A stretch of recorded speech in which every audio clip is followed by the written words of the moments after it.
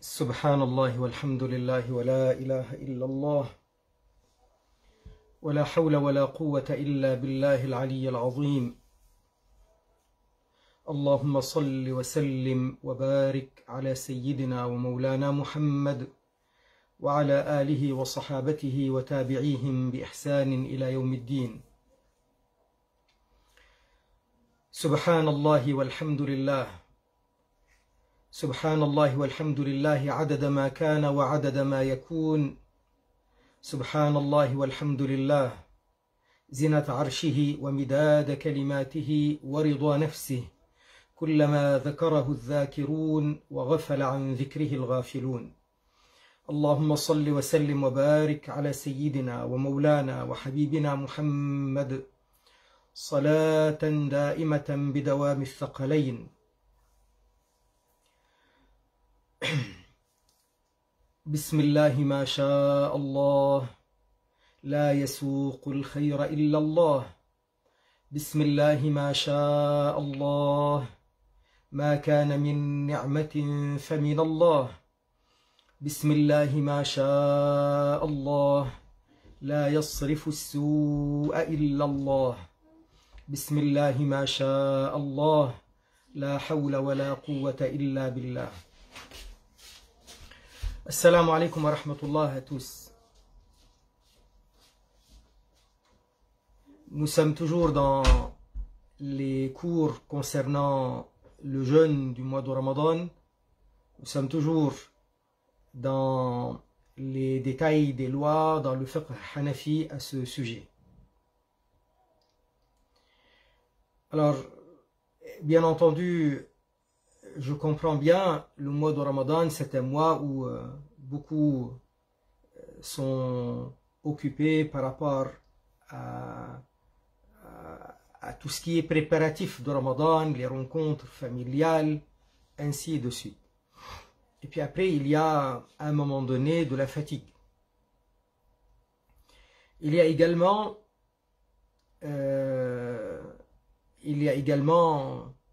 Salat Tarawih, à ne pas oublier. Le plus de ibadah que l'on peut, qu'on ne devrait pas oublier. Donc peut-être que tout ça contribue à ce que parfois on arrive à suivre ou on n'arrive pas à suivre le cours. Quoi qu'il en soit, nous sommes là. Nous allons essayer de faire notre maximum pour terminer le programme que nous avons décidé. Donc quelques minutes tout simplement et nous commencerons Inch'Allah, 1 ou 2 minutes encore, et je dis assalamu alaikum à tous et à tous ceux qui m'ont envoyé assalam wa alaikum assalam wa rahmatullahi ta'ala wa barakatuh. Donc Fadil wa alaikum assalam. Chatox, ça c'est de Nîmes, ça c'est de la France. Wa alaykum salam wa rahmatullah. Mohamed Fayaz, wa alaykum salam wa rahmatullahi ta'ala wa barakatuh. Eh bien, tous ceux qui ont donné salam avant, je ne me rappelle pas exactement des noms. Donc, wa alaykum salam à tous. Suhail, wa alaykum salam wa rahmatullah. طيب nous commençons Inch'Allah. Alhamdulillahi Rabbil Alameen. Allahumma salli wa sallim wa barik ala Sayyidina wa Mawlana Muhammad.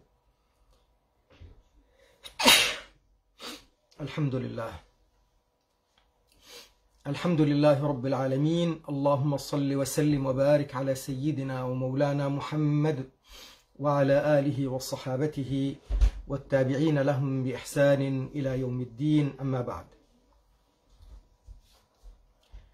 Le jeûne de Ramadan, ça fait partie des jeûnes obligatoires. Et d'ailleurs, principalement, parmi les principes de la pratique de l'islam, parmi les principaux devoirs de l'islam, il y a également le jeûne du mois de Ramadan al-Mubarak. Le mois de Ramadan, c'est le 9e mois de l'année lunaire. C'est le meilleur mois de toute l'année, Allah Azza wa Jal a ordonné de jeûner à toutes les ummas précédentes. et à nous aussi. Les ummas précédentes, musulmanes bien entendu, depuis Adam alayhi salam, et arrivé à notre umma, la umma muhammadienne. Mais les autres ummas ne faisaient pas le jeûne pendant Ramadan. C'était pas le mois qui leur était réservé. Le mois de Ramadan nous a été réservé à nous, le meilleur des mois pour la meilleure des ummas. La umma de l'Habib Muhammad sallallahu alayhi wa sallam, lui le meilleur de tous les anbiya alayhim as-salatu was-salam. Donc le jeûne obligatoire fard est celui principalement fard, le mois béni de Ramadan. Deuxièmement, al-qada de Ramadan, au cas où il y a des jours manqués, lorsque on vient à les rattraper, ça sera fard également.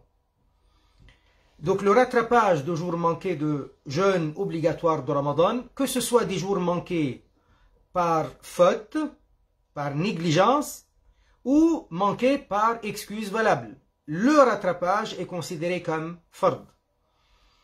Jeûne obligatoire fard également, il y a le jeûne des kaffara. Qu'est-ce que nous appelons kaffara? Il s'agit d'expiation de certaines fautes, telles que la rupture de son jeûne durant un jour de Ramadan, jeûne décidé depuis la veille et non seulement durant la matinée. En consommant un aliment ou un médicament délibérément, sans excuse valable, sans confusion prise en considération et consciemment, sans que ce soit par oubli du jeûne.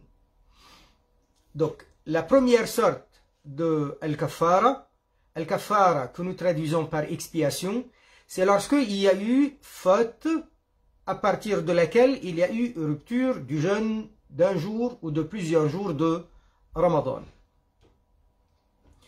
Donc, la kaffara d'un ou de plusieurs jours, c'est toujours la même, si c'est dû. Alors, là où il y a kaffara, c'est lorsqu'il y a une rupture du jeûne ayant eu une intention, dépendant d'une intention depuis la nuit, avant Al-Fajr. On rappelle une chose, que d'après le madhab de l'imam Abu Hanifa, si quelqu'un n'a pas eu l'intention, il a oublié d'avoir l'intention au cours de la nuit avant Al-Fajr, et il a eu l'intention de jeûner le jour de Ramadan dans la matinée, le jeûne est valable. Bien sûr, s'il n'a pas mangé, s'il n'a pas consommé auparavant. La nuit, toute la nuit, il n'a pas pensé à ça, il n'a pas du tout pensé à jeûner le lendemain, et il arrive au Fajr, après Al-Fajr, il a décidé que ce soit un jour de jeûne, de Ramadan. Le jeûne est valable. Dans d'autres madhab, comme le madhab de l'imam Al-Shafi'i, radiyallahu anhu, l'intention n'est valable que si elle est au cours de la nuit, dans l'intervalle du Maghrib au Fajr, pas après. Dans le madhab de l'imam Abu Hanifa, il y a des détails. Si c'est pour Ramadan, par exemple, des jours comme Ramadan, le mois de Ramadan, bien sûr, principalement l'intention est au cours de la nuit, ça veut dire dans l'intervalle depuis Al-Maghrib jusqu'au Fajr, mais si elle est décidée dans la matinée, le jeûne de Ramadan est valable. Si ce jour de jeûne a été décidé dans la matinée et non la veille, et il finit par rompre le jeûne, il n'y aura pas kaffara. La kaffara est lorsque le jeûne est décidé depuis la nuit. Donc, c'est ce qu'il est en train de dire. Donc, il s'agit d'expiation de certaines fautes, telles que la rupture de son jeûne durant un jour de Ramadan, jeûne décidé depuis la veille. Donc, ça, c'est un critère important pour qu'il y ait kaffara. Et non seulement durant la matinée. En consommant un aliment ou un médicament, délibérément. Alors, le médicament, lorsque nous avons une excuse valable pour ne pas jeûner, c'est tout à fait normal de ne pas jeûner et on prend des médicaments. Mais là, on parle de celui qui prend ce qui se consomme sous appellation alimentation générale ou sous appellation remède ou médicament. Alors qu'il n'y a aucune excuse. Eh bien, dans ce cas-là, il y a kaffara. en conséquence, sans excuse valable, bien entendu, sans confusion prise en considération, parce qu'il y a des confusions qui ne sont pas prises en considération. Il y en a qui le sont, il y en a qui ne le sont pas. Donc lorsque la confusion n'est pas prise en considération, consciemment, sans que ce soit par oubli du jeûne, dans ce cas-là, avec ces critères, il y a kafara. Également, le jeûne kafara est également fard pour certains manquements tels que le serment manqué selon certaines conditions. Quelqu'un qui a dit « Je jure par Allah » au nom d'Allah, je jure par Allah que telle chose je ne la ferai pas, telle chose je ne la toucherai pas. Et puis après, il a contredit ce serment. Donc il est revenu sur son serment. Étant donné qu'il a fait le serment, al-yamin, on appelle ça al-yamin dans la langue arabe, il est revenu dessus, alors que al-yamin était au nom d'Allah. Un des noms d'Allah, Allah, Ar-Rahman, Ar-Rahim, Al-Hayy, Al-Qayyum. Il revient dessus donc. Là, dans ce cas-là, il y a une kafara. La kafara n'est pas directement jeûner les 3 jours. D'abord, c'est la kafara, d'abord c'est le choix entre affranchir un esclave ou donner à manger à 10 pauvres ou leur donner à ces 10 pauvres des vêtements, les couvrir. Ça veut dire couvrir un vêtement, quelque chose qui couvre correctement. Si on ne peut pas, si on n'a pas les moyens de faire un de ces 3 choix, de toute façon, affranchir un esclave de nos jours, on ne peut pas. Donc il va falloir se concentrer sur soit donner à 10 pauvres à manger, soit leur donner des vêtements, chacun. Si on ne peut pas, on n'a pas les moyens, on passe à la 3e chose, à l'alternative, qui est de jeûner 3 jours consécutifs dans le madhab Hanafi. On insiste pour que ce soit 3 jours d'affilée. Donc le jeûne kafara est également fard pour certains manquements tels que le serment manqué, ça s'appelle fard. Le jeûne fard est également le jeûne nadhr. Un nadhr, le vœu solennel, est également fard. Le nadhr, quand quelqu'un il dit lillahi alayya, ça veut dire je m'engage envers Allah de faire telle ou telle chose, et là en l'occurrence de jeûner. Quelqu'un il dit lillahi alayya que je jeûne un lundi. Quelqu'un qui dit lillahi alayya que je jeûne un jeudi. Là on ne parle pas de Ramadan au cours de l'année. Eh bien, la réalisation de ce vœu solennel, engagement envers Allah Azza wa Jal par ces termes, et non pas avec une intention sans rien dire. Il s'agit de quelque chose qui a été prononcé. Là, ça s'appelle nadhr, et le nadhr est un fard à exécuter. À noter que pour les 2 derniers cas, celui du jeûne kafara et celui du nadhr, il y a divergence à ce qu'on les considère fard ou wajib. Il y a une différence chez les Hanafi entre fard et wajib. Fard, c'est ce qui est ordre du premier ordre. Wajib, c'est une obligation d'ordre secondaire. Ça veut dire d'importance moindre. Ok. Le jeûne wajib. Le wajib est l'obligation de second ordre. Obligation de moindre importance par rapport à celle de al-fard.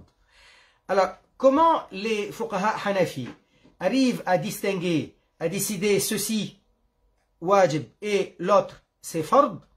Pour eux, le fard, c'est ce qui est enseigné en tant que tel à partir de textes extrêmement fiables, de la plus haute fiabilité, et également avec exprimé de façon explicite, sans confusion aucune. Par exemple, ce qu'on appelle les 5 salats quotidiennes, c'est des fards. Pourquoi? Parce que le texte, il est explicite et il ne laisse aucune confusion à comprendre de travers. Et également, les textes qui ordonnent as-salat sont des textes les plus fiables, la plus haute fiabilité. Le jeûne de Ramadan également. Alors, ce qui est déduit, parce que le texte, il est probable, il peut laisser entendre le sens du texte qui ordonne, peut laisser entendre que c'est obligatoire comme que ça ne l'est pas. Dans ce cas-là, les fuqaha hanafi, ils ne l'appellent pas fard, ils vont l'appeler wajib. Très bien, c'est par respect et par loyauté envers le texte. Lorsque le texte, il ordonne, mais l'enseignement exigeant n'est pas à ce point-là explicite, ou le texte n'est pas à ce point-là de la plus haute fiabilité, ils vont dire il est wajib, donc la conséquence est que c'est un wajib et on ne va pas l'appeler fard. Donc, qu'est-ce qui est wajib? Qu'est-ce qui est jeûne wajib? Le rattrapage du jour de jeûne non obligatoire que le jeûneur a choisi de rompre. Quelqu'un a décidé de jeûner un lundi, un jeudi, dans la semaine, mais on parle d'en dehors de Ramadan. Dans le madhab de l'imam Abu Hanifa, une fois le jeûne est engagé, on n'a plus le droit de le rompre. Bien sûr, ce n'est pas aussi grave que de rompre un jeûne qui est fard, comme le jour de Ramadan. Et alors, si quelqu'un a décidé de le rompre, il devra rattraper. Et on considère que ce rattrapage d'un jeûne comme celui-ci est wajib et non pas fard.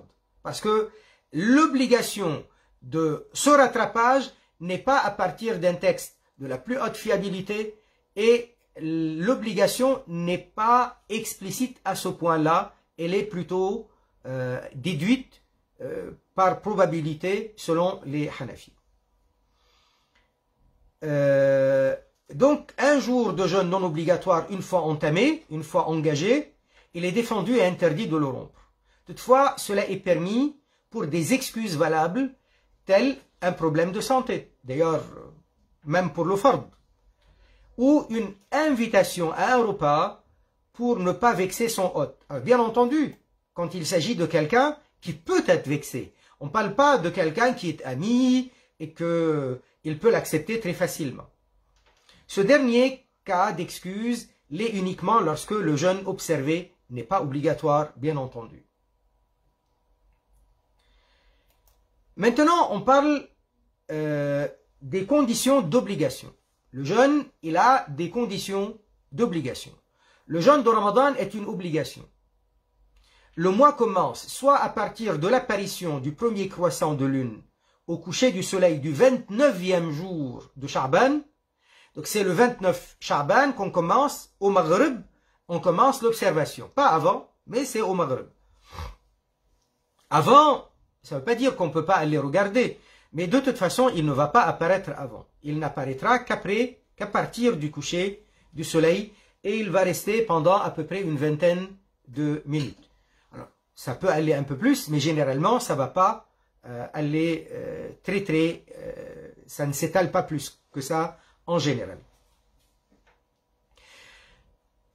Ceci ne peut être attesté que selon des témoignages oculaires, simples, et non selon un calcul, ni à partir des appareils d'observation détectant ce que les yeux seuls ne peuvent pas voir.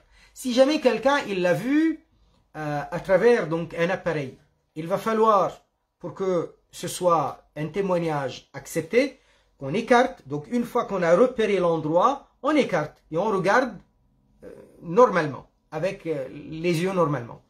Et si on arrive à le voir, ça veut dire que n'importe qui peut le voir.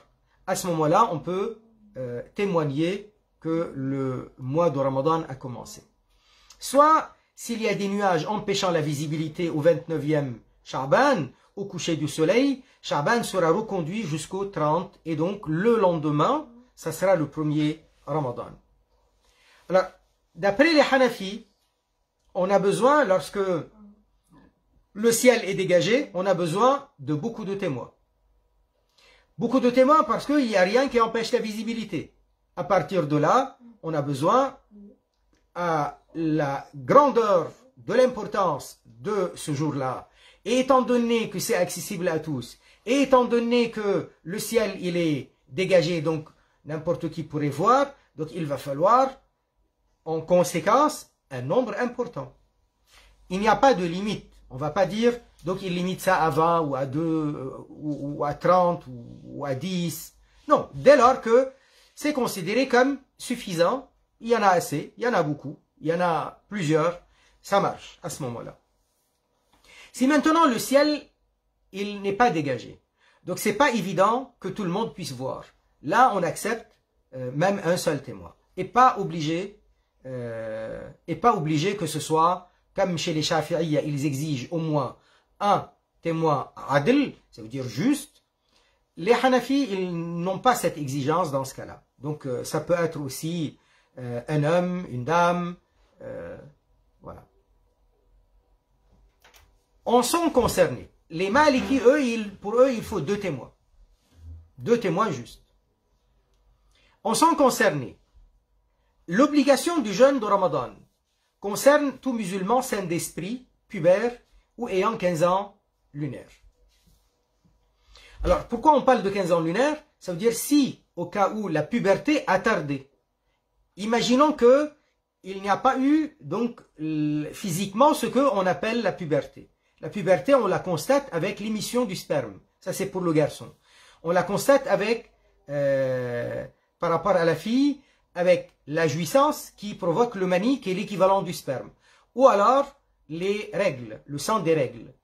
Et si, à défaut, cela tarde, donc, on considère 15 ans lunaires, à défaut, donc, l'âge, même si la puberté physique avec l'émission du sperme ou son équivalent féminin ou avec al-hayd de la fille, ça n'a pas eu lieu encore. Donc 15 ans lunaires, c'est déjà considéré comme une puberté d'office.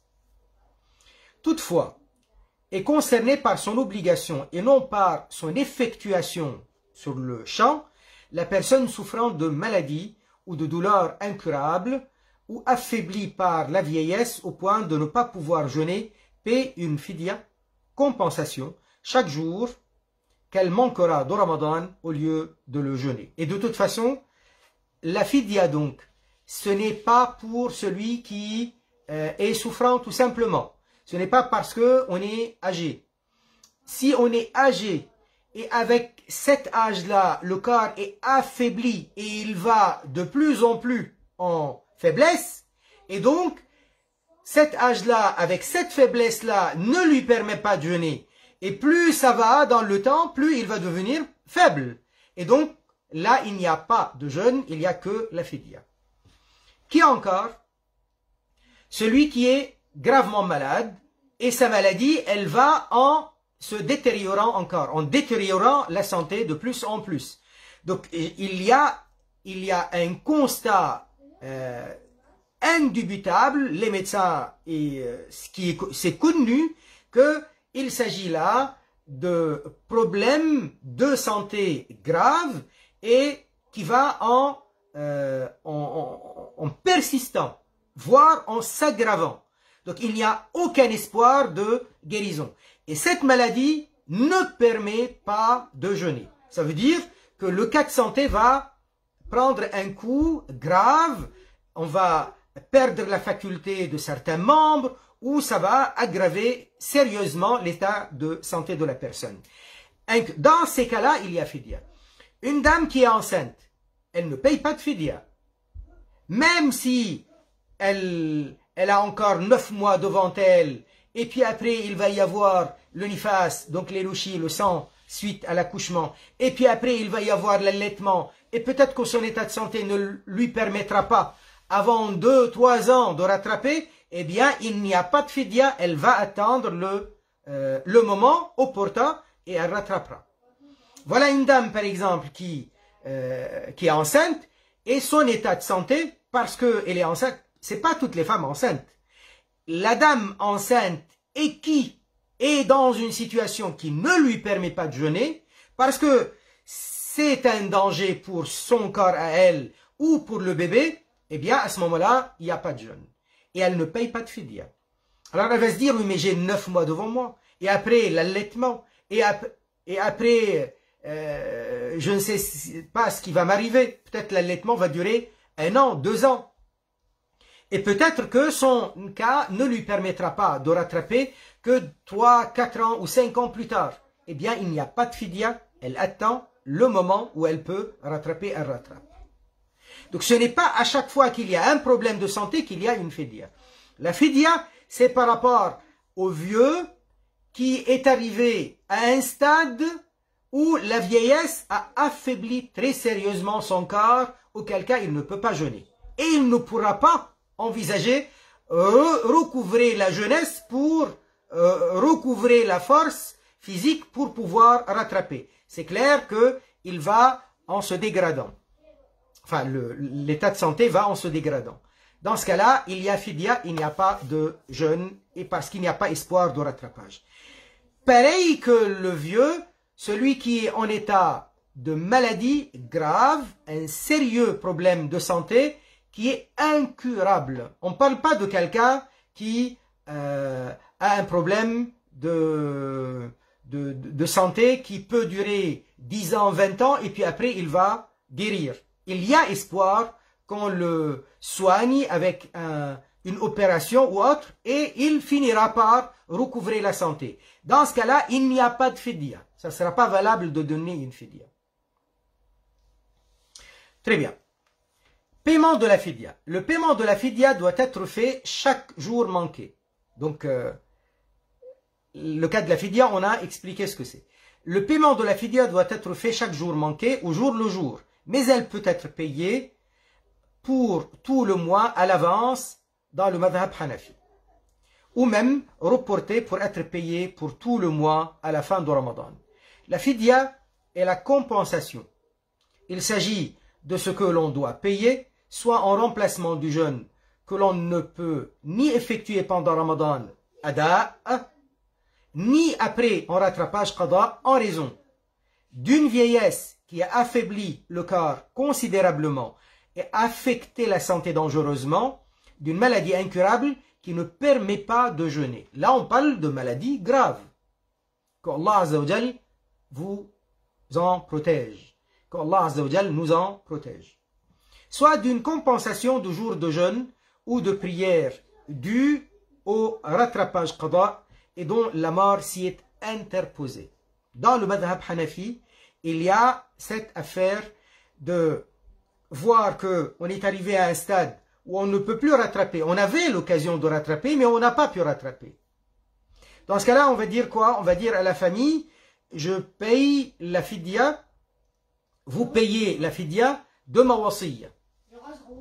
Vous payez ma fidya de ma wasiyya, ça veut dire de mon héritage. L'homme dispose, ou la dame, on dispose du tiers de ses biens pour ce qu'on appelle les légataires, les héritiers légataires, le legs, pas les testamentaires, pas les héritiers qui sont mentionnés dans le Coran et dans la Sunna, pas la famille très proche. Donc il a le droit, il dispose du tiers, le plafond tiers de ses biens. Alors y compris dans ce tiers-là, il y a les fidyas de prière manquée qu'il n'a pas pu rattraper et de jeûne manqué qu'il n'a pas pu rattraper. Pareil, c'est l'équivalent de la même fidya. Donc soit une compensation de jours de jeûne ou de prière due au rattrapage qada, dont la mort s'y est interposée. Cela concerne toute personne ayant manqué un jeûne pour une raison valable ou non et devant son qada. Il doit son qada. Ça veut dire son rattrapage. Car ayant eu la possibilité physique et le temps nécessaire pour l'effectuer. Donc il y avait le mois de Ramadan dernier, par exemple, il lui restait 1 semaine à rattraper. Il a retardé ça. Il a le droit de retarder pour rattraper quand il veut. Il arrive à un moment donné où, malheureusement, un accident qui l'empêche donc de pouvoir rattraper. Mais il avait la possibilité physique et il avait le temps auparavant. Alors il leur dit, écoutez, si jamais il m'arrive un malheur et je décède, vous voyez, cette semaine-là, ça sera donc payé de ma wasiya, de mes biens, et dans la wasiya, donc dans la partie testament. Le testament, dans la religion musulmane, dans le droit musulman, ne concerne pas les héritiers légaux, les héritiers qui sont mentionnés dans le Coran et dans la Sunna. Ça concerne ceux qui n'en font pas partie. Ça peut être l'orphelinat, ça peut être des personnes étrangères, ça peut être des gens proches de la famille, mais pas des héritiers considérés ainsi dans le Coran et dans la Sunna. Et y compris donc, dans le testament, on doit mentionner si jamais on a un bien qu'on a acheté, qui nous appartient quelque part dans le monde et les gens n'en sont pas au courant, pour qu'après le décès, les héritiers n'en soient pas privés. Et si jamais on a une dette envers quelqu'un, on doit le mentionner dans le testament. Et ça, c'est le testament. Le testament, on peut aussi faire bénéficier du tiers de ses biens, de ses richesses, mais pas plus, hein, des gens qui n'appartiennent pas aux héritiers légaux mentionnés dans le Coran et la Sunna. Et si on a des fidyas à payer par rapport à des prières manquées qu'on n'a pas pu rattraper, ou des jeûnes manqués qu'on n'a pas pu rattraper, alors qu'on pouvait par rapport aux jeûnes, on avait le temps et on avait la santé, dans ce cas-là, il y aura fidya également. Donc, s'il y a aussi la possibilité légale est la pureté de la femme, de la dame, quant au menstru, quant au haïd et au lushi, au nifas. La possibilité physique c'est la santé. La personne qui doit le qada et qui correspond aux conditions précitées, donc elle va mentionner ça pour que ce soit payé en tant que fidya.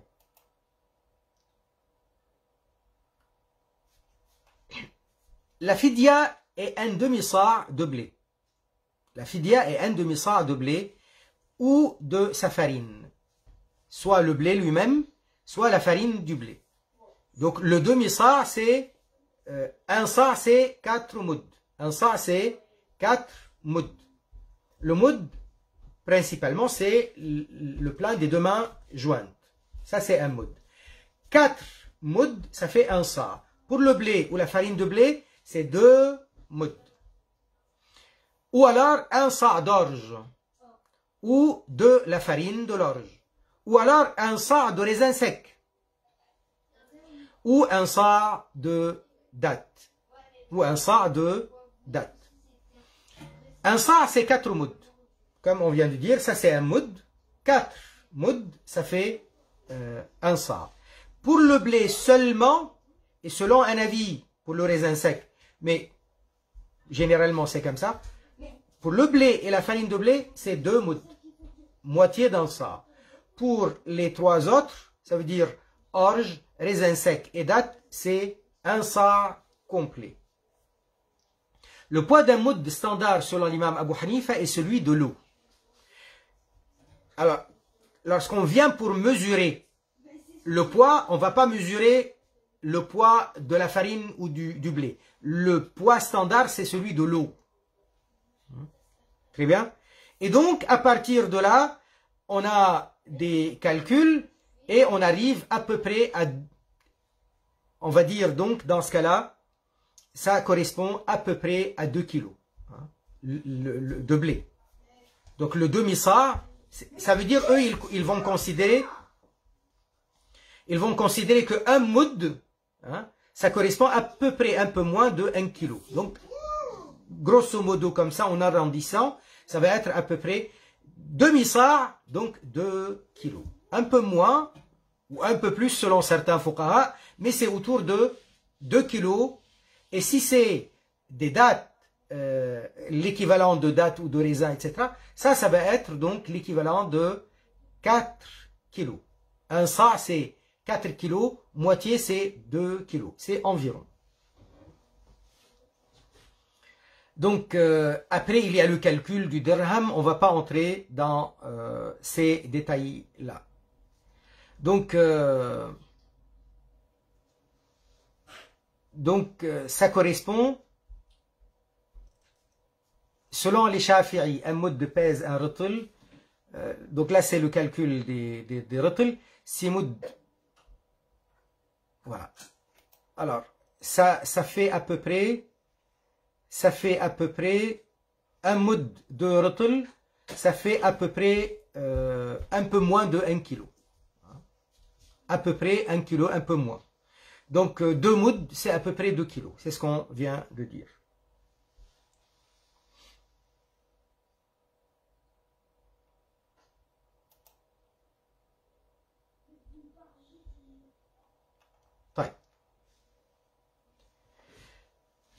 Ceux qui sont concernés par l'obligation du jeûne. Ceux qui sont concernés par son obligation et non par son effectuation immédiate. Donc ils doivent le jeûne, mais ils ne peuvent pas le faire. Ils doivent donc le rattrapage. Ceux qui souffrent temporairement. Une personne souffrant de maladie temporaire est curable. Ça veut dire, même si c'est dans 30 ans, même si c'est dans 40 ans, les médecins ils lui disent, ça c'est quelque chose, avec le temps, ça peut disparaître. Où il n'y a pas de remède tout de suite, il peut y avoir une opération plus tard. Dans ce cas-là, il faut attendre et rattraper le jour venu. Une personne souffrant de maladie temporaire curable. La dame enceinte ou qui allait, elle ne peut pas sur le moment. Par exemple, si la femme enceinte, elle peut jeûner, elle doit jeûner. Ce n'est pas parce que la dame elle est enceinte que forcément elle ne jeûne pas. C'est faux. Si elle est enceinte et le jeûne représente pour elle une difficulté majeure, ça veut dire une aggravation de son état de santé, c'est là qu'elle est autorisée à ne pas jeûner. Ou celle qui allait la même chose. Soit parce que il y a un danger pour elle, soit un danger pour le bébé, l'un ou l'autre. Donc à ce moment-là, s'il y a un danger, si c'est quelque chose de sérieux, à ce moment-là, elle ne jeûne pas, mais elle attendra le temps, même si c'est des années plus tard, et elle rattrapera, et elle n'aura pas de fidya à payer. La dame ayant le haïd, elle n'a pas le droit de jeûner, et elle doit rattraper plus tard. Le haïd, le minimum dans le madhab de l'imam Abu Hanifa, c'est 3 jours d'écoulement. Quand on dit 3 jours d'écoulement, ça ne veut pas dire ça veut dire que ça sort petit à petit, mais ça c'est pas comme un robinet ouvert, bien entendu, mais c'est tout le temps. Donc ça ne s'arrête pas. Ça continue à sortir pendant 3 jours. Et le maximum de haïd, selon le madhab Hanafi, c'est 10 jours. 10 jours. Pas 15, comme chez l'imam al-Shafi'i. Le minimum de l'intervalle entre 2 haïd, c'est de 15 jours. Comment on peut savoir si c'est haïd ou non? Dans le madhab de l'imam Abu Hanifa, la dame qui est enceinte, elle ne peut pas avoir haïd. Si elle voit un saignement, c'est pas haïd.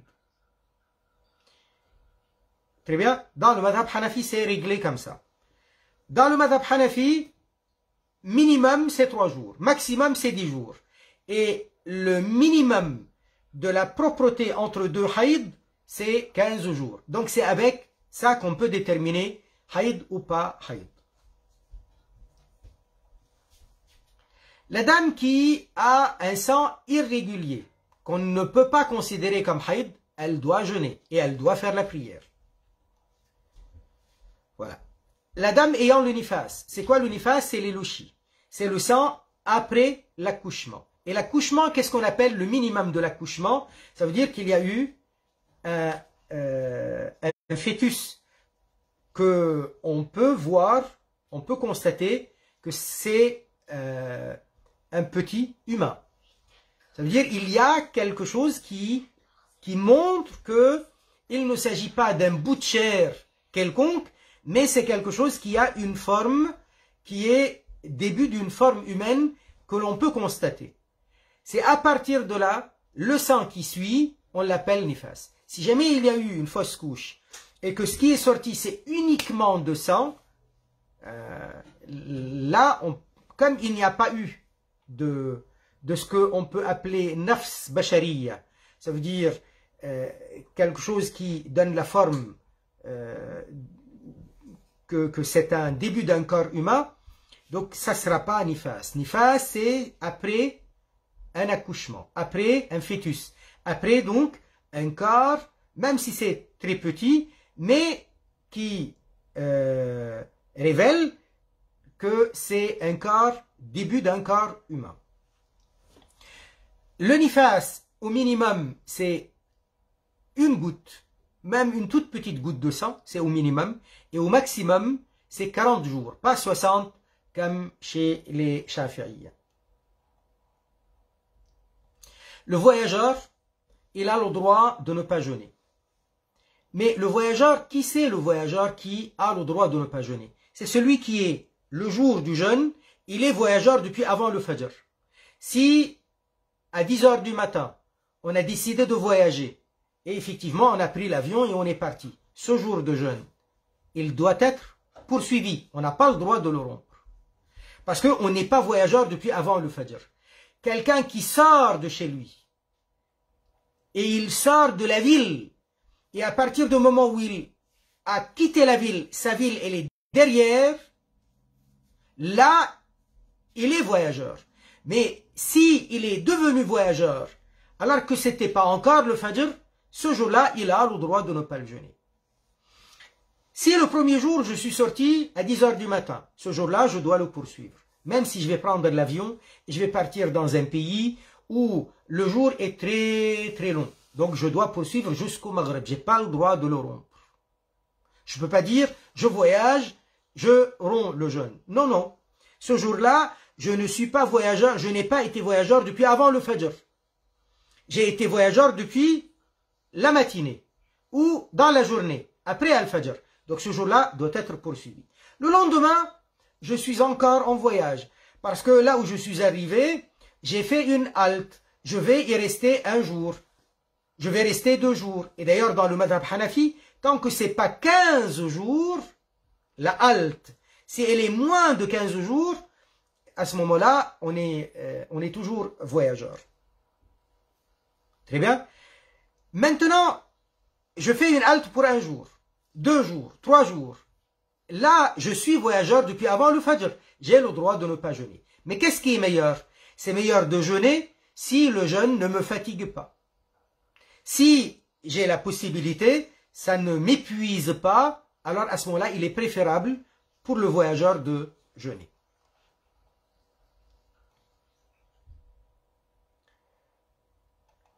Donc, on a parlé du voyage. Lorsque l'on arrive à destination et que l'on veut y rester moins de 15 jours, on est encore voyageur. On considère ça comme une halte. 15 ou plus, à ce moment-là, on est plus voyageur. Je vais arriver dans une ville, je vais y rester 15 jours ou plus. Dès lors que je suis entré dans la ville, je ne vais pas attendre 14 jours. J'arrive dans une ville et je sais que je vais y rester pendant 15 ou plus de jours. Donc, dès l'entrée dans cette ville, je ne suis plus voyageur.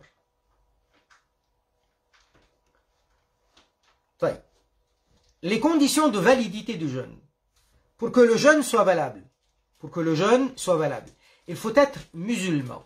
Quelqu'un qui a fait du kufr, son jeûne ne peut pas être valable. Saint d'esprit, quelqu'un qui est fou, son jeûne ne peut pas être valable, il n'est pas mukallaf. Du moins dans l'intervalle du temps où l'intention est requise. Ça veut dire qu'il est possible que on ait eu l'intention dans la nuit de jeûner la journée le lendemain. Et dans la journée, on est tombé dans une crise de folie. Cette crise de folie, elle a duré toute la journée. Le jeûne est valable parce qu'il était décidé avec une intention valable la nuit. Très bien. Donc ce n'est pas comme dans le madhab de l'imam al-Shafi'i. Dans le madhab de l'imam al-Shafi'i, la crise de folie, même un instant, c'est annulatif du jeûne. Selon les Hanafis, c'est pas ça. Ce qui annule, c'est si l'état de folie a couvert la période où on peut avoir l'intention. C'est-à-dire la nuit et la matinée.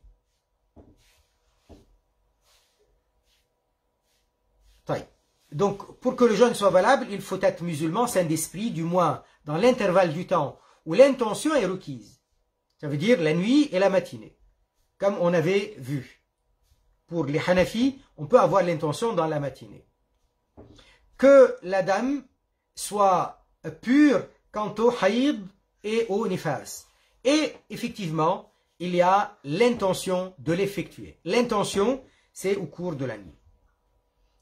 Principalement, mais ça peut être aussi dans la matinée. L'intention est une action en le cœur. Même s'il est préférable de l'accompagner d'une formule telle que « Nawaitu siyama yawmi ghadin min Ramadan lillahi ta'ala imanan wa ihtisaban ». Ça veut dire « J'ai l'intention de jeûner la journée de demain de Ramadan pour Allah très vénéré, de par la foi et par recherche de l'agrément d'Allah, de lui uniquement ». L'intention, comme on vient de dire, elle est décidée la nuit et au plus tard, donc dans la matinée. Il ne faut pas attendre très longtemps, il ne faut pas attendre que le jour soit, on arrive à la moitié du jour. Il faut que ce soit dans la matinée avant d'arriver à la moitié du jour. Ça, c'est par rapport à un jeûne comme le mois de Ramadan. Par contre, un jeûne dont la détermination de temps est à décider par soi-même. Mais elle n'est pas déterminée d'avance. Comme par exemple un jour de qada, de rattrapage. Je choisis le jour que je veux. Dans ce cas-là, l'intention doit être durant la nuit et ça ne suffit pas que ce soit dans la matinée.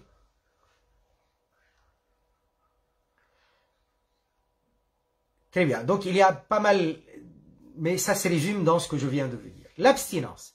L'abstinence est le pilier du jeûne.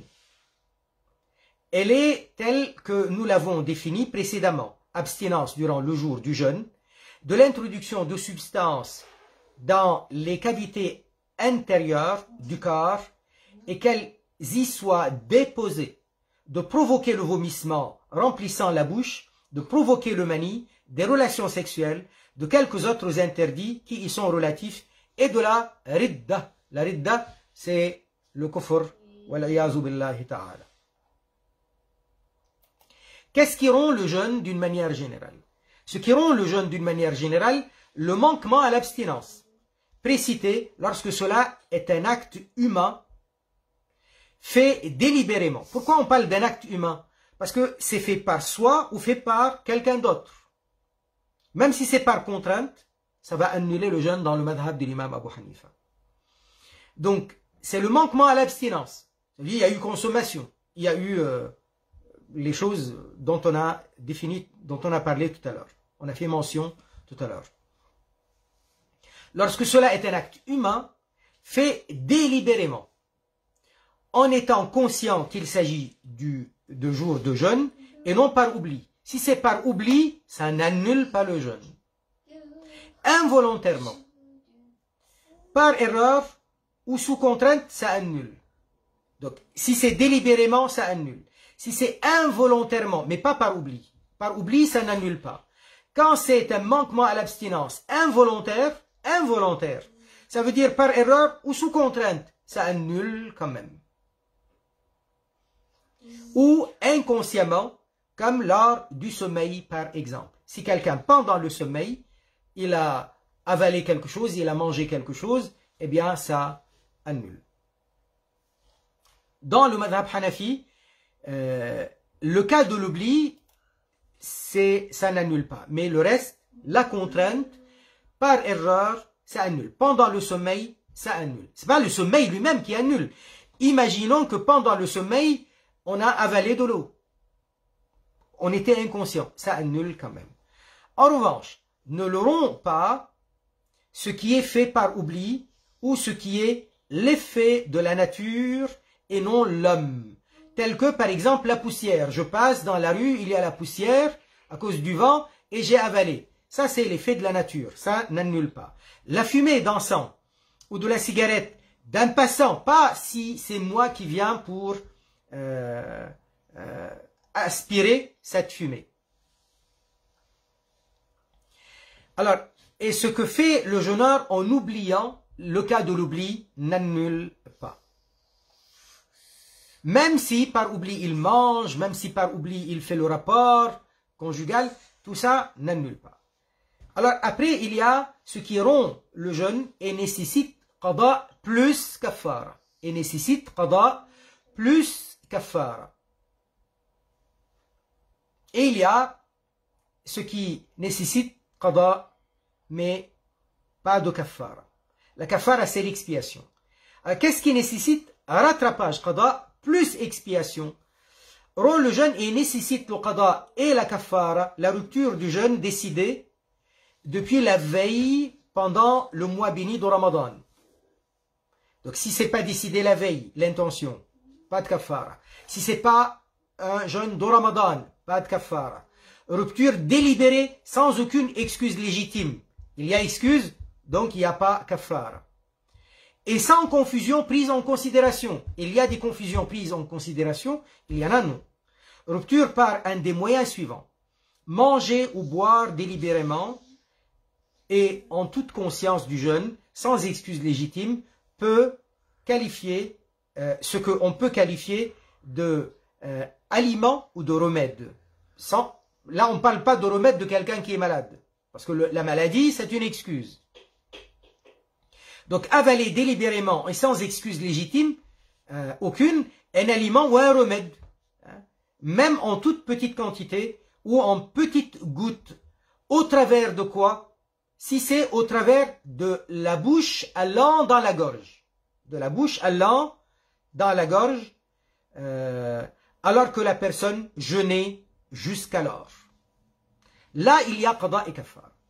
Deuxièmement, ce qui nécessite qada et kaffara, le jima', la relation conjugale. Il s'agit donc de la relation sexuelle par pénétration de la partie génitale masculine dans la partie génitale féminine ou dans le rectum. Qu'il y ait émission de manie ou non, c'est-à-dire avec ou sans éjaculation, avec ou sans jouissance féminine. Si cela est fait délibérément et en toute conscience, pas d'oubli, du jeûne et non par oubli. Mais aussi sans excuse valable aucune, à rappeler que le coït, le rapport dans le rectum, donc dans l'orifice anus, la sodomie, est haram même indépendamment du jeûne. Alors, ce qui annule et nécessite une kaffara, avaler la salive de son épouse.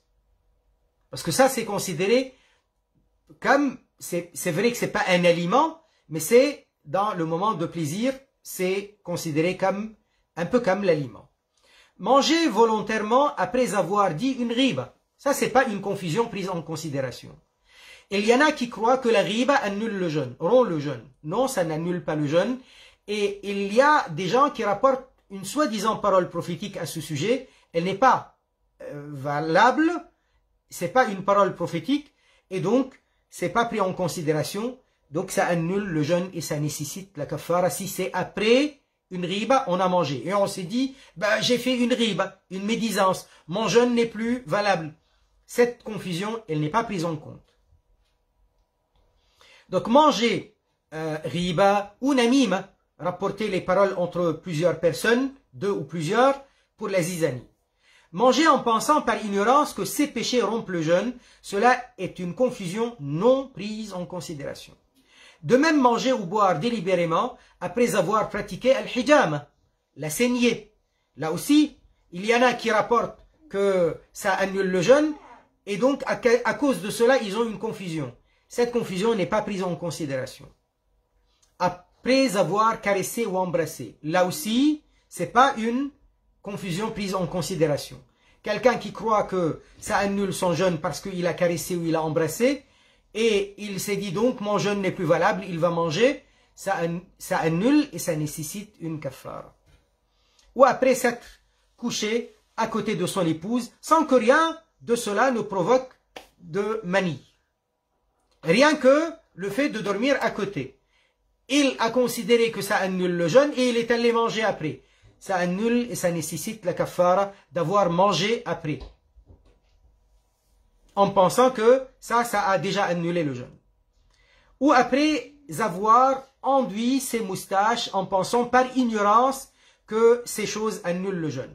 Donc tout ça, c'est des cas de confusion non prise en considération. Si, suite à cela, on est allé manger, eh bien, ça annule et ça nécessite la kafara. Manger ou boire ou faire le djima avant le coucher du soleil, avec le doute que l'heure de Maghrib aurait commencé. Il y a un doute. C'est peut-être le Maghrib, peut-être pas le Maghrib. Lui-même, il n'est pas sûr. Donc, il va manger. Il va faire le djima. Alors que lui-même, il y a dans son esprit la possibilité que ce ne soit pas le Maghrib. Et il s'avère qu'effectivement, ce n'était pas le Maghrib. Donc là, cette prise de risque délibérée, injustifiée, elle nécessite, parce qu'il a consommé quand même, et c'était le jour. Alors, la kafara, l'expiation, c'est affranchir un esclave sain d'esprit et du corps. Quand on dit sain d'esprit et du corps, ça veut dire qu'il est capable de travailler. Alors, s'il a un problème de vue, mais il peut voir. S'il a un problème dans un bras, mais il peut travailler avec l'autre. S'il a un problème où il peut marcher, mais il a un problème quand même dans un pied, mais il peut marcher, il peut travailler, ça passe. De toute façon, de nos jours, il n'y en a pas. Deuxièmement, si on ne peut pas, on passe à la chose suivante, c'est de jeûner 2 mois consécutifs. 2 mois consécutifs, c'est 2 mois consécutifs. Si on tombe malade, on recommence du début. Sauf pour la dame qui a son haïd, eh bien celle-ci, elle poursuit après al-haïd. Parce que ça, c'est quelque chose de naturel. Si on commence le jeûne des 2 mois consécutifs, le premier du mois lunaire, on fait 1 mois, puis après le mois suivant, même si c'est 29. Si on commence le 2, le 3, mais pas le premier, là il va falloir faire 30 plus 30. On ne peut pas faire 29. Lorsqu'on est dans l'incapacité physique de jeûner les 2 mois, pas possible, selon la santé, pas possible.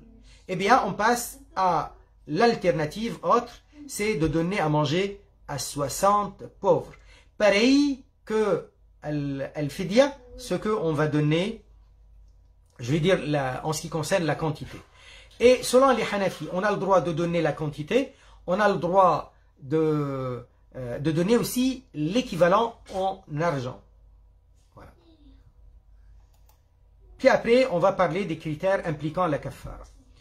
Je propose qu'on continue demain et pour essayer de terminer un maximum des connaissances et des lois au sujet du jeûne, parce qu'on est dans le mois du jeûne. Et après demain, Inch'Allah, si tout va bien, parce que demain, il peut y avoir parfois des imprévus. En tout cas, ça sera après qu'on fera la suite du programme, comme on l'avait promis. C'est-à-dire, après avoir parlé du mois de Ramadan, nous allons parler de Al-Aqidah et nous allons travailler brièvement le livre Al-Fiqh al-Akbar de l'imam Abu Hanifa. Et puis après, nous allons prendre quelques jours pour parler de la vie du prophète sallallahu alayhi wa sallam. Nous allons parler des hadiths, des 40 hadiths de l'imam al-Nawawi, etc.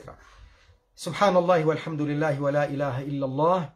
لا إله إلا الله لا إله إلا الله لا إله إلا الله اللهم صل على سيدنا محمد وعلى آله وصحبه وسلم رب اغفر للمؤمنين والمؤمنات سبحان ربك رب العزة عما يصفون وسلام على المرسلين والحمد لله رب العالمين.